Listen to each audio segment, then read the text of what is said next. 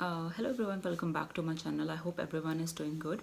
So in today's video I wanted to talk about the monthly expenses here in New Zealand. Many of you guys were asking me in my comment section that what monthly expenses that we pay here in New Zealand for petrol, renting, electricity and water and other things, so I thought I'll just make a video and share with you guys all the monthly expenses that we pay here in New Zealand, so that you can actually get an information or a detailed information on what type of expenses that we have here. So now, adding on to that, I want to say that in this video I'm going to talk about the monthly expenses that we have here in South Island, because that is where I live. So please don't ask me about the expenses in Auckland or Wellington, because that is not where I live, and the expenses in North Island may vary slightly with the expenses here in South Island. So now, if you want to know more about the expenses here in New Zealand, please continue watching with this video. Now, if you're moving to New Zealand, the most basic expense that everyone pays here and you have to pay as well is the rent. Now, your rent may vary from city to city, and your rent may vary from suburb to suburb as well, and the type of house that you are renting here. If you're renting just a 2-bedroom house, your rent will be less than a 3-bedroom house. So now I would tell you about myself. I am paying $260 per week for rent, and your rent may vary from $250 to almost $600 a week. Now the rent of your houses, as I said, depends upon the area you're living in as well. So some of the areas here in the city there where I live have rent up to $600 a week for 2-bedroom houses, and have rents for almost $250 a week for 2-bedroom houses as well. So that is generally the range where the rent belongs. Now the rents here in New Zealand are paid weekly. We don't have monthly payment of rents here. Some tenants may decide to ask for monthly payment of rents, but in general most of the people here in New Zealand pay weekly rents. Now, for any one of you guys wondering, we don't have electricity cost included in our rents. Electricity costs are paid separately. But if you are sharing a house with a family, or if you are sharing a house in general, you may have like your rents with electricity included. But in general, if anyone is just renting a place on their own, you have to pay your electricity cost separately. Now, coming on to the second expense, the electricity cost. In New Zealand, we have different companies that provide electricity or power here. The company that I am currently bonded with is Genesis. Now, I will tell you about the monthly expenses that I pay for electricity here. I pay somewhere around from $80 a month to almost $300 a month as well. In summers, because we don't use heat pumps here and it's quite nice and warm outside, I have paid like $80 a month for electricity, whereas in winters, when we use heat pumps most hours of the day, I have paid almost $300 a month for the electricity as well. Now, as I said, we have different companies who provide electricity here in New Zealand. Different companies have different electricity cost. What I mean by electricity cost is the electricity consumption cost. Now, looking at my bill here, I can tell you what I mean by electricity cost is that you have a fixed daily charge of electricity on your bill every month, and you also have a per kilowatt charge for the electricity consumption at your place on your bill as well. Now, for my place, I pay almost 33 cents per day for the electricity consumption, and I pay almost 29 cents per kilowatt per hour of electricity consumed at my place. So now, whenever you are coming to New Zealand and you're signing a bond with any company for electricity, you can actually check in with them like what their unit charges are. So you can compare your unit charges with different companies, and then you can just decide on which company you want to bond with. Different suburbs have different unit charges. For example, if I'm with Genesis and one of my friend is with Genesis as well, and we are using the same kilowatts per month. So if I'm living in city center and she is living in, say, Maryville, we have different suburbs obviously, and but our kilowatt charges may vary as well. City would have higher kilowatt charges, whereas Maryville would have lower kilowatt charges. So your bill varies from suburb to suburb and from companies to companies. So that was the electricity expense here. Now coming on to the water consumption, there is no bill for water that we pay here in New Zealand. Water consumption is completely free here in New Zealand, so that's a good thing. Now coming on to the next expense, the most basic expense that anyone pays all over the world is the internet consumption.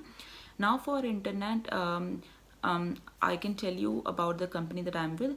I am currently with Vodafone and I'm paying almost $82 a month for unlimited fiber broadband here. Your broadband prices can vary upon what type of broadband plan you have. If you have ADSL, VDSL, your prices may be less than fiber. If you have a fiber X, your prices may be more than normal fiber. So your broadband plans and prices may vary upon what type of internet plan you have with a certain company. Now different companies here in New Zealand would have different internet charges, so whenever you are actually joining any company for internet plan, check with them what type of charges they have, and then you can sign with one. Now in New Zealand we have different companies that provide broadband services. We have Spark, we have 2 Degree, we have Vodafone, we have Skinny, and we have many more companies. So these are more of the reliant and good companies that we have here in New Zealand that provide broadband services. Now whenever you are signing a bond with different companies, check for the like open term broadband plans, because if you're signing a 12-month contract and 24-month contract, and if you're not happy with any of the broadband services that they are providing, and if you decide to terminate your contract in between, you may have to like pay a huge levy on your bill, you know, if you decide to break your contract. So these are the different internet charges that or expenses that we pay here in New Zealand. Now in terms of using the TV here, we have bought a set-top box.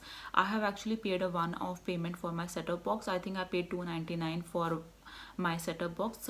This is a set-top box that we use to watch like Indian episodes or dramas or any of the Indian channels.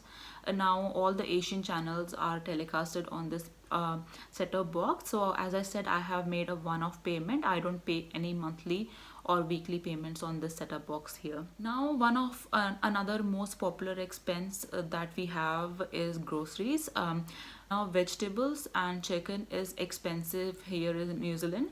Although we have quite a lot of lambs and chicken here in New Zealand, but still the chicken and lamb is quite expensive here in New Zealand. And in general, vegetables are also very expensive in New Zealand. So for groceries, we generally do our groceries every week, sometimes maybe twice a week as well.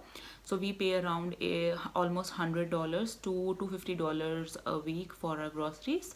So now groceries vary from houses to houses. It depends on how many people you have in your family and depends on your food consumption as well. So I can't give you a significant or a proper figure on how much it's going to be costing you for the groceries. But that's like a certain range that, you know, how much I pay for my groceries here in New Zealand.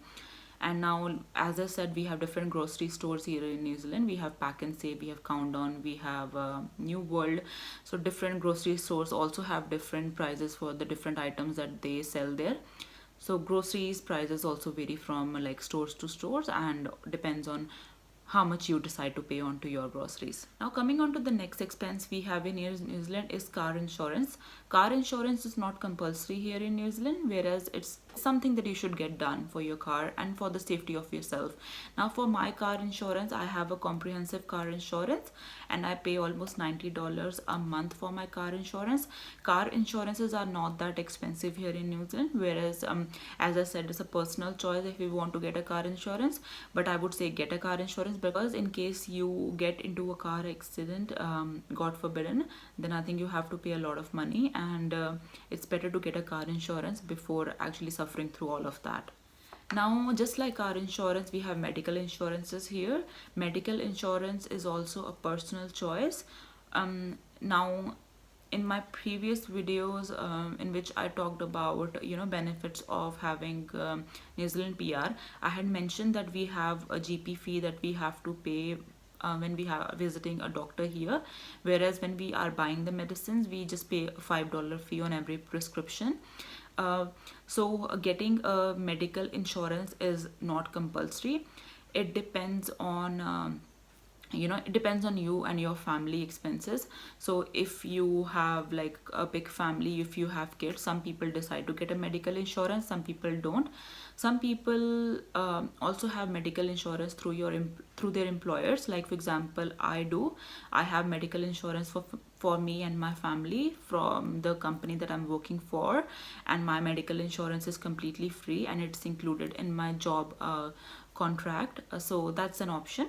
So that, and for medical insurance you can pay anywhere from like almost $100 a month to as much, you know, depending on what type of medical insurance you opt for. So we have different companies for medical insurance here. So as I said earlier, always check before getting a medical insurance what type of rate they provide you. If you decide to buy a car here, I would tell you about the petrol or the gas prices here. We pay almost at present we pay almost $2.30 for gas per liter of fuel. Now this petrol prices also varies like every single day. For example, it may vary from $2 and go up to $2.40 per liter of fuel. So that's in general the petrol prices that we are paying at present. And like currently I'm driving my car almost 5 days a week, so I pay in general almost $40 to $60 a week for my petrol here. Now that also depends upon the engine size of your car. If your car consumes more petrol, obviously you have to pay more for that. But in the petrol prices can actually give you an indication how much you can pay for your petrol here in New Zealand. Now if you are migrating here and you decide not to buy a car, you are actually going to go obviously towards the public transports. So now here public transports are very convenient. You can actually pay for your public transports through cash, or we have metro cards here. Metro cards are cheaper than cash options. So what you do is you actually go on to a metro station and you actually buy that metro card and you get it topped up. So whenever you actually take a bus, you scan that metro card and the price or the fare get deducted from the card itself. Now I'm going to tell you about the public transport fares for someone who's paying by cash. Now for public transport prices for an adult, you actually pay $2.65 for a fare, and for kids or for children that's $1.60. Now if you are paying your fare through the metro card, these prices are going to be less. Now we have different zones here in New Zealand or in South Island, that is say zone 1, 2 and 3. If you are taking a fare for zone 1, that's going to be $60. If you are taking a fare for zone 2, that's going to be slightly higher, and similarly for zone 3 as well. Now the good thing for public transport here in New Zealand is that we have a free transfer within 2 hours. For example, what that means is that in case if you decide to change a bus within 2 hours time frame, you don't have to pay any money for that. You just buy your ticket once, and then within every 2 hours, like how many buses you decide to take, that doesn't matter. You just pay a one-time fee and you can just change as many buses as possible. If you decide to change your bus from zone 1 to zone 2, you may have to pay a slight increase in fee. For example, if the fee for zone 1 is $2.60 and the fee for zone 2 is $3.20, then you just pay the difference in that amount whenever you are changing a bus. But if you are just remaining in the same zone and you're just traveling within that 2 hours time frame, you don't have to pay any money. Now for senior citizens, we have gold cards here. What that means is that just for gold cards, you have lesser money for the fare that you pay for the buses, and in a certain time frame you don't pay any fare, you know. So now we will move on to the next expense that we have here in New Zealand, that is the mobile bills.